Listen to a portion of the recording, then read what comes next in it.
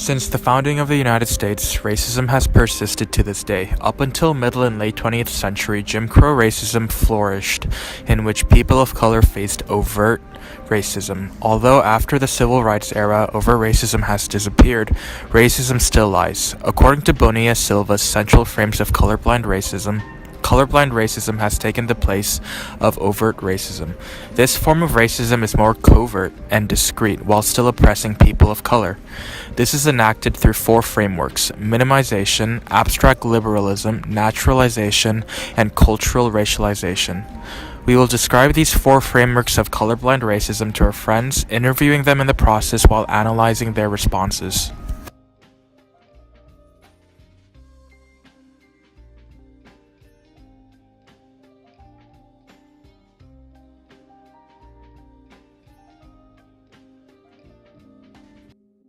Individual who thinks he's superior to another type of individual simply based on the color of their skin.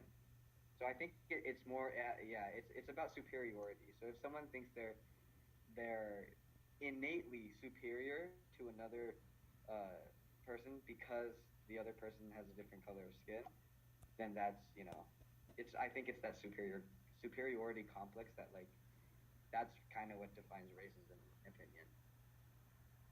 All right, yeah. Um, Somebody who does not respect people of a different ethnicity in any way, shape, or form simply because of their ethnicity. My definition of racism or racist is someone that discriminates against someone of color. A racist, a person who discriminates against a whole group of people based on the color of their skin.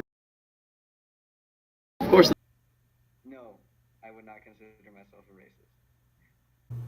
I try not to discriminate anybody, so no, I would not consider myself a racist. no. All right. I believe at times I am a racist, but not.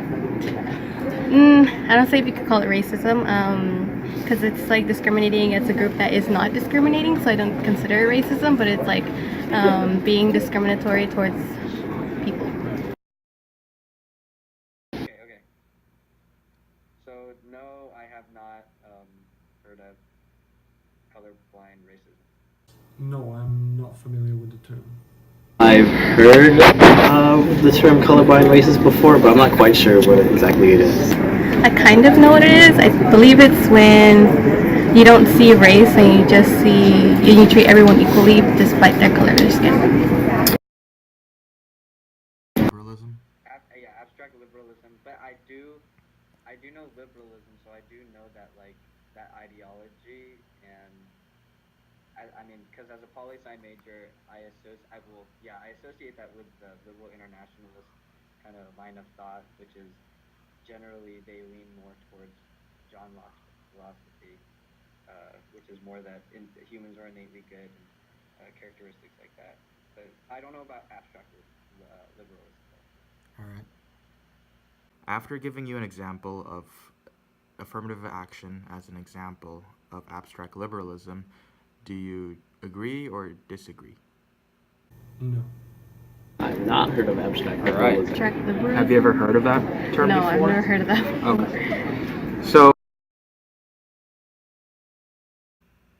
I mean, a naturalist philosophy. I guess a naturalist philosophy, from just the definition of natural itself, like just nature, you do you, I do me. Just from that, it may be kind of a utilitarian type of philosophy where it's just let the world go on, and maybe something like that. But I don't actually know.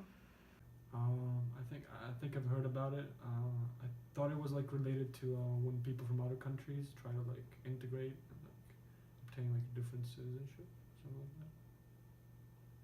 Naturalization? Yeah. Would you be able to describe to me what it is? No. No. All right. No, but I could perhaps guess. That's probably the Yeah. easiest to guess, I think, because what do you think it is? that's just so. I mean, this is also on a philosophical level, but everything's on a philosophical level. But I would say that cultural racism is essentially the idea that every group, right? Every group of people, and statistically, as I've said, yes, most people with their own races, that is true. But any group of individuals, they develop a culture together. So wherever you live, the environment that you grow up in, the way you're educated, that all plays into a role. The religion you're raised in, the political philosophy you're raised in, all of that plays a huge influence on like the way you think about the world. And so cultural racism would probably be like identified within people who have that tribal mentality, are raised in that environment, but they're also perhaps raised in an environment where they look down on other races. Yeah, I think it's basically racism, but instead of applied to like a specific ethnicity, it's applied to like a more general cultural trend of some sort. No, I do not know what cultural racism is. Would you be able to give me your definition? I can give you a guess of it. Yeah, sure. My guess at cultural racism is that due to the culture of one race, they're discriminated against. Cultural racism. No. All right, that's fine. Not necessarily. I do not know. No. Word the minimization. No. All right.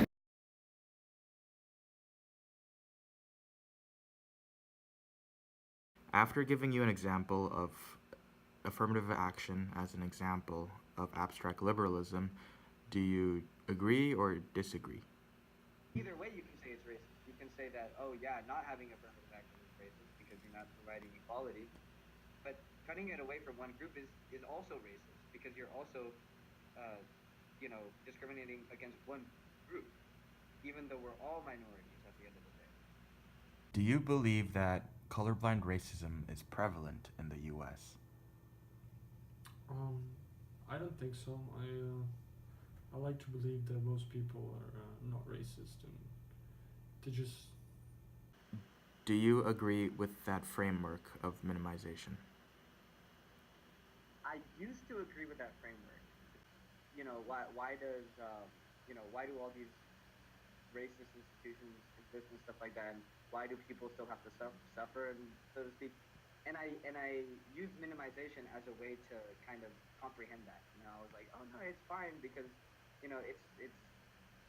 racism doesn't really, it doesn't matter.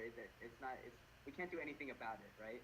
But then now I kind of formed this different ideology that we can do something about it, which is why the government does do things about it. It's worth it to do something about it because, without the help of the government, without the help of the democratic vote and the people themselves, racism would still very much be prevalent. It could be the same way it was in the 1850s. We could still have slave people, if it weren't for the people themselves. So I think that we can make a difference, but we also can't completely get rid of it.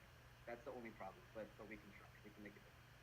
Do you believe that colorblind racism is an important issue that should be fixed?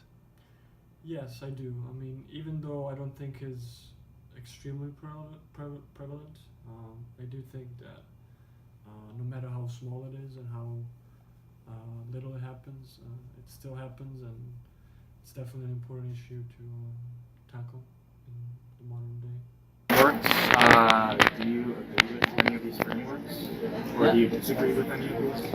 I would agree with minimization, the first one, which was abstract liberalism. And the third one, Which was cultural. cultural. But you're still iffy on naturalization. Naturalization is pretty good. From this example, do you believe that cultural racism is a form of racism that oppresses people?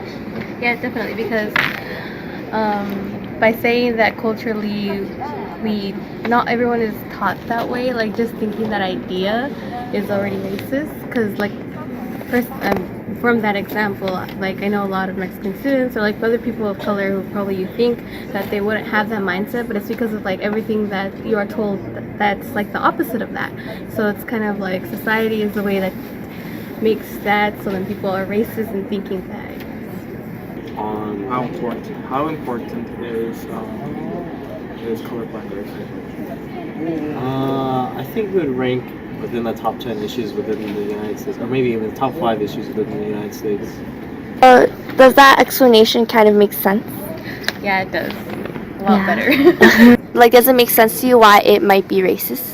I see that perspective, like you think biologically, or like you hang out with people of your community, or like people that are the same color as you. Do you agree or disagree with this framework? I disagree with this framework because biologically we're not racist. We're not born racist. We become racist based on what we are told and what we learn from other people. Like if you place a baby of color with a white baby or with another baby, they're not gonna be racist towards each other right from the start. They learn that as they develop and grow to be the certain way, because society teaches us to be this way. It's a social construct.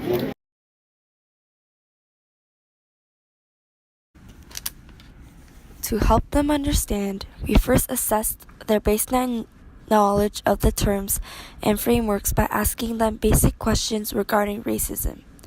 In addition, we encouraged them to give possible answers to the given questions. Furthermore, we gave an explanation of the terms and tried to connect it to their daily lives to see if they have experienced any of the frameworks of colorblind racism.